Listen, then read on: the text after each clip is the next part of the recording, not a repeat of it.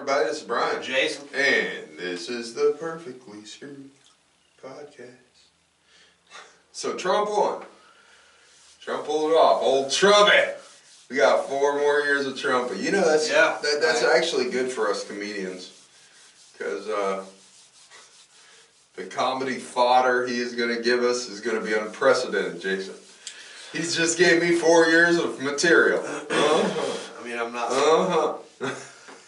I'm not surprised he won. I mean, I thought if there was ever going to be a woman president, it would be her. Yeah. I mean, well, it just... I wouldn't have been surprised if Trump didn't win either. Yeah. But America is America, man.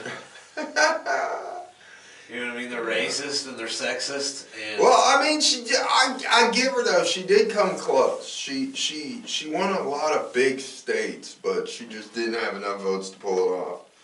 She didn't come that close though. Not as close as I thought she would have. Right. It was a lot less close than I thought it was going to be. Actually, him and Biden would have came closer together. So, yeah. Well. 4 more years of the Trumpster, whatever. 4 more years, maybe longer. Hell, you never know. He might not give up power. This could be a whole nother Hitler situation here, Jay. Yeah, could be. People are promoting that, but let's see what really happens. But anyways, enough of nonsense. Let's get to what we're talking about today. What are we talking about today? We're going to talk about Christmas. I mean, it's a little early. I get it, guys. It's a little early. Yeah. It's about a month and a half away or so. Well, almost a month. It'll be here before you know it. I know. I just thought the other day, like 3 weeks, it'll be Thanksgiving, 3 or 4, something like that. Yeah. Well, our Thanksgiving, other countries, don't celebrate our Thanksgiving, obviously. Yeah. A festival to commemorate the time we raped. Yeah. The national Indian population and kicked when a bunch of white people sailed over from Europe and just had their way, Brian. Quite frankly, with their women and their children. And commemorate when the white people spread disease all over the Indian population and gave the whole Native Americans smallpox. Yeah. No, it's guns. Yeah, that's what we're celebrating. Death. It's guns, man. Because if the white people don't come over without guns, you know what I mean? And it's just fucking bows and arrows. Oh, yeah. And the Indians are going to send them back packing. Yeah. When you bring in guns, yeah, you bring in lots of trouble. But yeah, that's not much trouble, really. I mean, you ever tried to load a musket loader? It's a bit of a difficulty. You got to put the powder in and then pack it. True. It took them a while to get one shot off here. I mean, you could probably shoot about 3 or 4 bows and arrows before he got the musket loaded. Yeah, but it only takes 1 fucking musket shot. That's true. Well, also the Indians trusted them, and at first the white people were like, "Oh, thank you. You provided us food when we were about to die," and then they're like, "Oh, of course. Well, we're going to take over your land now." I mean, that's what all conquerors do. Yeah. They infiltrate from the inside first. Yeah. But that's not really what we're talking about. No. What the fuck we're talking about? We're talking about Christmas. Yeah. So, what about it? Well, before the middle 1800s, Christmas, and even afterwards, Christmas was celebrated, but it wasn't a very popular holiday. Okay? Easter was the bigger holiday, the bigger celebration. Christmas didn't actually become really what we think of as Christmas, the more popular holiday, until really the middle about 1840s, 1850s, and even into the very early 1900s. And it's interesting because Christmas was actually mostly popularized by pop culture.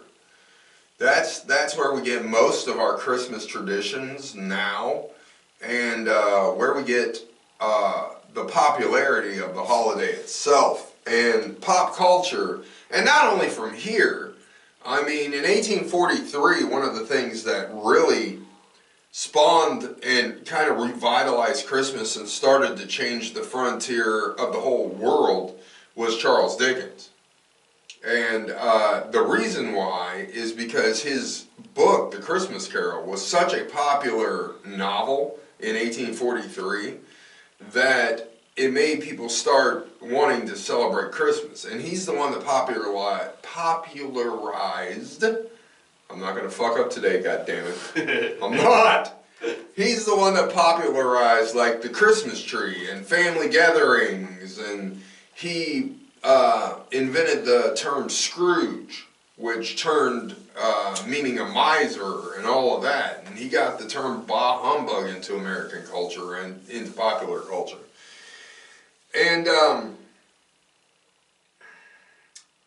I mean, before A Christmas Carol and before A Visit from Santa Claus, which is twas the night before Christmas, before those poems and novels were written, Christmas wasn't a very celebrated holiday. People celebrated it. You know, they might give you, you know, a present here or there, or they might have a Christmas tree, but they didn't decorate the tree. They would bring the tree in, because that was from pagan cultures. But they wouldn't decorate it. It wasn't a celebration like it is nowadays. And so Dickens first kind of bring it in because A Christmas Carol was extremely popular. And in The Christmas Carol, there's a family-centered gathering. They're very festive, you know, there's worships and feasting and all of that. And that's what kind of bring in the family-centered gathering of Christmas. Before then, people would come over for Christmas, bring you a present, leave. You know what I'm saying? They didn't have dinners. They didn't have a big family thing, you know. They didn't have a big celebration, nothing like that. Christmas was not what it is today in any way, shape, or form. This was the beginning of when it started to take over. Yeah, this is when it started to take over. And then it became more and more popular in the 1800s. There was some images produced in the late 1870s from a sketchbook by Washington Irving, which depicted like old Christmases and stuff like that, and they showed sledding and families gathering and stuff like that, and people just started kind of hooking on to this idea that, hey, Christmas involves family and present giving, and you have to do all this and all that. Well, then we're going to fast forward even farther, because really when Christmas really 100% took off, because up until this point they were still, greeting cards started in the early 1900s. They started making automated greeting cards, and they specialized with Christmas greeting cards, putting this Washington Irving sketches on the front of the greeting cards. So now people started sending greeting cards, which kind of, again, because of those Washington Irving sketches and pulp culture, moved Christmas even further into it. Hey, we got to get greeting cards, this and that. Then you fast forward to the 1920s. And the 1920s is when it really broke open and became what we consider modern day Christmas. Because before this, there was a Santa Claus. People talked about Santa Claus. Well, now there's more shit to buy, too. Oh, yeah, 1920s, yeah, much more shit to buy. You know what I'm saying? Because at the end of the day, what it basically is now is just a trick, a dirty trick. Oh, yeah, of course. That parents can use to maybe somehow make their child behave, maybe. By the threat of Santa Claus isn't going to come. You know what I mean? And Santa Claus coming is parents buying a bunch of fucking shit that the kid's gonna play with for 10 minutes, dude. And it's gonna sit in the fucking corner of the fucking house somewhere until next year when you fucking buy more shit that's gonna sit in the corner of the Well, that's what really broke this all open. So yeah, because up until there was a point when to buy Right. Sally and Johnny. Right. Well, see, up until the You know what I'm saying? A fucking 1920s. Bale of hay. Yeah. I don't have anything to buy these motherfuckers. Well, see, two things happened. There's no toys anywhere. Right. Up until the 1920s, all toys were made. So two things happened in the 1920s that really popped open this holiday. The first thing was that we moved from, we were moving from a culture of farming into a culture of industrial, where we were making things and more factory work was going on. Yep. So toys were being produced at factories in mass scale. Before this, when a kid got a toy, it was usually homemade. Right. Or, you know, like you said, it was a straw doll, or, you know, that we made out of the hay and some corn stalk. Yeah. Yeah, it wasn't where they gave you a ton of presents. You didn't go to the store and buy gifts. No, no. And like I said, the early 1900s, the first gift cards came out, and that was the first gift card giving. And then, like you said, in the 1920s, we were moving towards an industrial culture where toys were produced on a mass scale. And the other thing that really broke open Christmas, and this more than anything, is what you were saying, Santa Claus. And it's interesting because before the 1920s, there was legends of Santa Claus, quote unquote. But Santa Claus was different in every culture. In most cultures, he was known as the skinny guy. And the original Santa Claus, it's funny, was it wasn't a saint. It was Nicholas Klaus from Germany. And he was actually a thief that was really skinny and could dislocate his shoulders. And so what he would do is in the 1800s, he would sneak down chimneys by dislocating his shoulders, steal all your shit. He did it especially in the winter because that's when chimney sweeps were most popular. So he was a chimney sweep by trade. Well, he could sneak down your chimney by dislocating his shoulders, steal all your shit, and go back up the chimney with his sack with all your fucking shit from your house. Right. Well, in the 1920s, something happened that changed history forever. A major corporation worldwide was Coca-Cola. And Coca-Cola noticed something. They did great sales during the summertime and springtime and even into the fall. But during the wintertime, nobody bought Coke.